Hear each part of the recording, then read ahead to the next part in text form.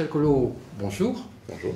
Merci de répondre à notre invitation. Vous êtes le maire d'Arcang.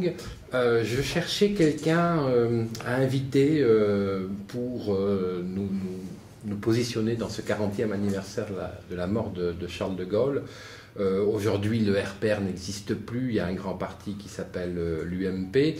Et il me semblait que le gaullisme, c'était plus une question de philosophie, d'attitude que de carte dans un parti. Quand l'on parle de vous aussi bien à vos collègues qu'aux habitants d'Arcang ou même aux représentants de l'État, revient le fait de... Collot, c'est un peu l'homme qui dit non, qui était un spectacle qui a été consacré à Charles de Gaulle il y a quelque temps. Finalement, c'est un beau compliment de vous traiter de gaulliste. Moi, je le prends comme ça, tout à fait. C'est ça. Quelle est la véritable question, si vous voulez, c'est de dire que je dis toujours non. Non, je réfléchis, j'analyse et j'adhère ou j'adhère pas. Est-ce que le fait de dire non à son propre camp, c'est une attitude gaulienne? Oui, certainement. Est-ce que c'est bien perçu? La réponse est toujours non. Naturellement, et le malheur que l'on peut avoir, si vous voulez, l'image qui nous est renvoyée de la politique, c'est, à mon sens, c'est cette espèce de connivence interpartie. Vous prenez le journal de 20h, vous zappez les informations, le plan est le même sur toutes les chaînes. Vous prenez un homme politique, il y a des petits rendez-vous convenus. On dit des mots, on n'en dit pas d'autres, on est complètement muselé on ne peut pas dénoncer ce qui se passe. La douce France, c'est une idée que nous avons connue, les gens qui ont 60 ans, non, et qui n'est plus vraie. Il suffit de voir les problèmes qu'il y a dans notre pays pour comprendre qu'on nous ment, qu'on nous cache, qu'on minore les drames, et que même là, maintenant que je vous parle, je ne peux pas vraiment dire ce que je pense, je vous laisse le deviner. À savoir qu'on est vraiment sous la loi Guesso d'un communiste qui ne l'a jamais appliquée en Russie, d'ailleurs. Alors, vers où va-t-on?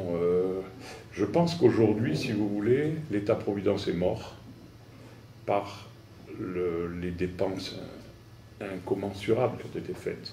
Il n'y a plus d'argent, on est mort. Le phénomène sur la retraite, si on pouvait un peu comprendre les gens inquiets, parce qu'on est toujours inquiets des changements, a mal été mené, et par ceux qui voulaient le faire passer, qui avaient quand même raison, mais il faut quand même reconnaître qu'ils ont fait une petite réformette de rien du tout, qu'il faudra vite s'y remettre, et par ceux qui en tiraient profit politiquement pour dire voilà un bon alibi qui va faire... Bon, voilà. Pendant ce temps, la France a perdu des centaines de millions d'euros avec des grèves inutiles, surtout que si vous voulez, si on veut vraiment sauver le régime par répartition, je crois que c'était l'objectif, qui est d'ailleurs en soi pas un très très bon objectif, il suffit de voir les bons régimes tels que ceux des fonctionnaires, il y a une petite part de capi, c'est pas dérangeant, je veux dire que faire un effort personnel là c'est pas l'assureur qui ressort, mais bon, c'est comptable si vous voulez. Alors, voilà, donc on assiste à cette espèce de spectacle où il n'y a qu'une place que tout le monde veut occuper. On descend de manière absolument, Dieu sait si je ne suis pas toujours d'accord avec la méthode Sarkozy, mais quand même, bon, il ne faut pas non plus aller trop loin. Et à mon sens, il laissera quand même un bon souvenir global sur les petites réformettes qu'il a réussi à mettre en place. Alors, Jean-Michel Collot, justement, vous dites on dépense, c'est un langage qui commence à pointer. Je crois qu'il y a une quinzaine de jours, Michel Lamarque, qui est conseiller municipal de Bidart, d'opposition, disait la même chose que vous, disait il faut... Il a compris, là. Voilà, il a compris, j'ai parlé avec lui. Ouais, il faut stopper les dépenses.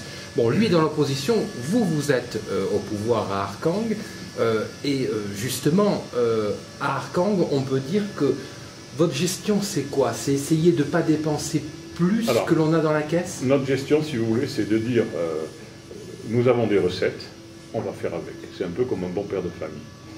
Comment faire avec les recettes? Déjà, regardez les dépenses. Alors, au lieu de voter d'abord les dépenses et de mettre en équation, comme nous le dit d'ailleurs les lois de finances, au lieu de mettre en équation en disant bon, j'ai besoin de temps, donc je vous montre mes impôts de temps. Nous, on fait différemment. On dit voilà, on attend, on n'augmente pas les impôts, et qu'est-ce qu'on peut faire?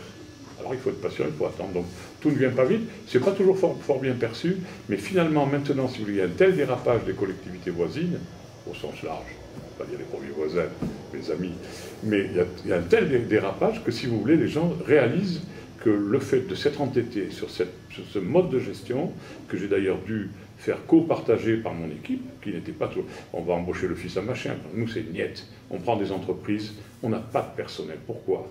Les salaires passent en fonctionnement et vous immobilisent complètement. Vous ne pouvez pas. Donc, si vous voulez faire des investissements, ben, il faut bien augmenter les impôts. Et ça, il y aura des situations catastrophiques. Il y aura des communes, il y aura des villes, on va dire communes, il y aura des villes qui seront quasiment en faillite. On le sait bien, hein, on le sait. Alors, on ne le dit pas, mais ça vient, ça arrive tout à fait.